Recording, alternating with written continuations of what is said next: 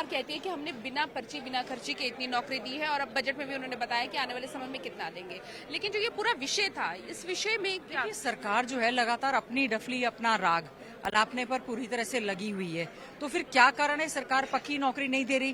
क्या कारण है? हमारे क्वेश्चनों के जवाब में आ रहा है कि 15-15, 20-20 हजार वैकेंसीज जो है शिक्षण संस्थाओं में खाली पड़ी हैं।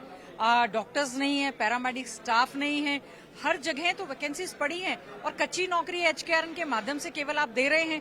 क्यों आप पक्की नौकरी नहीं दे रहे? क्यों युवाओं के भविष्य से आप खिलवाड़ कर रहे हैं? क्यों हमारा युवा नशे की चपेट में जाता जा रहा है? क्यों हमारा युवा प्रदेश और देश से पलायन करने पर लगातार लगा हुआ है? क्या कारण है कि सत्ता पक्ष के द्वारा बार बार हंगामा खड़ा किया जा रहा है? क्या कारण है कि बीजेपी के मंत्री के द्वारा बीजेपी के एक विधायक के ऊपर एलिगेशन लगाए जाते हैं, फिर विधायक के द्वारा बीजेपी के मंत्री के ऊपर इस तरह के एलिगेशन लगाए जाते हैं? क्या कारण है कि एक वरिष्ठ मंत्री खड़े होकर पूर्व मुख्यमंत्री के ऊपर, पिछली सरकारों के ऊपर इतनी अभद्र टिप्पणी करते हैं? तो क्या भारतीय जनता पार्टी तीसरी बार आ गई? ठीक है, सत्ता के नशे में चूर है।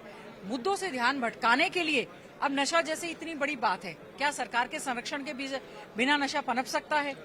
बजट में मुख्यमंत्री ने कल कहा कि हम नशे के लिए फास्ट ट्रैक कोर्ट्स बनाएंगे। अच्छी बात है, फास्ट ट्रैक कोर्ट्स आप बनाएं। कितने लोगों को पकड़ा है, किस किस के संरक्षण में चल रहा है, उस पर सर्वे श्वेत पत्र आप जारी करें। बताएं कि नशा जो है शिक्षण संस्थाओं में है, वर्किंग प्लेस पर है, हर जगह नशा बिक रहा है। ऐसी क्या बात है कि फेलियर ऑफ द गवर्नमेंट है, नशे के बारे में पता नहीं चल रहा?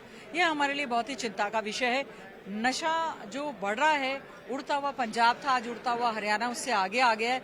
ये हमारे युवाओं के लिए, हमारे भविष्य के लिए बहुत ही चिंता का विषय है। बजट पेश किया गया है और कहें कि 2 लाख करोड़ से ज्यादा का बजट है, और पहली बार इतना कहें कि बड़ा बजट बनाया गया है।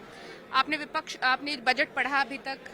देखिए, कल माननीय मुख्यमंत्री जी ने वित्त मंत्री के तौर पर पूरा का पूरा बजट पढ़ा, हमने पूरा बजट सुना। ठीक है, 2 लाख करोड़ का बजट पेश किया गया है।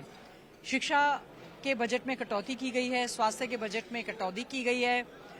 जो बजट कई जगह दिया गया है उसका प्रॉपर जो है एक्सपेंडिचर नहीं हो रहा है।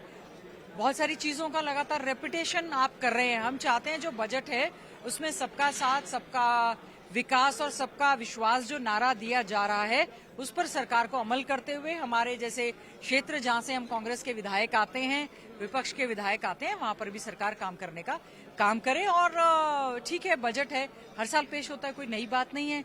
लेकिन बजट में ऐसा कोई नया और कुछ विशेष नहीं है। आप कह रहे हैं कि मॉडल संस्कृति स्कूल आप जिले लेवल पर खोलेंगे। एग्जिस्टिंग मॉडल संस्कृति स्कूलों का केवल नामकरण किया गया है। एक भी इंग्लिश टीचर, मीडियम का टीचर आपने भर्ती नहीं किया है। कॉलेजेस की आप बिल्डिंग बना रहे हैं, प्रोफेसर्स की भर्तियां आप कर नहीं रहे हैं। खुद आंकड़े बताए हैं, 15-16 हजार के पीजीटी, टीजीटी जो है खाली पड़े हैं।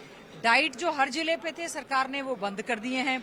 खुद सरकार on the floor of the house मान रही है कि कॉलेज हम नए कहां से खोलें, पहले ही हमारी सीटें खाली हैं। वो इसलिए खाली हैं क्योंकि आप भर्ती कर नहीं रहे हैं। प्रोफेसर्स के बिना बच्चे करने क्या आएंगे? टीचर्स के बिना बच्चे स्कूल में करने क्या है? आपने तो एजेंडा सरकारी स्कूलों को बंद करके प्राइवेटाइजेशन आप करना चाह रहे हैं। ये सरकार का हिडन एजेंडा है।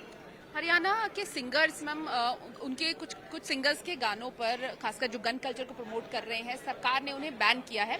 अब उसको लेकर सिंगर्स बाहर आ रहे हैं। उनको कहना है कि भेदभाव के तहत ये हो रहा है। अश्लील गाने जो गा रहे हैं उनके गाने बैन नहीं किए, लेकिन सरकार ने कुछ स्पेसिफाई करके कुछ एक सिंगर्स के गाने।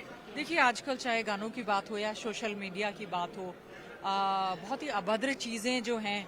अब देखा होगा, टैब के लिए कई पंचायतों ने कहा है कि हमारे बच्चों से टैब वापस ले लें क्योंकि अभद्र तरह की चीजें देखते हैं। तो राष्ट्रीय स्तर पर, स्टेट लेवल पर कोई ना कोई पॉलिसी इस पे बनाई जानी चाहिए। भेदभाव नहीं होना चाहिए। बहुत बहुत शुक्रिया मैम।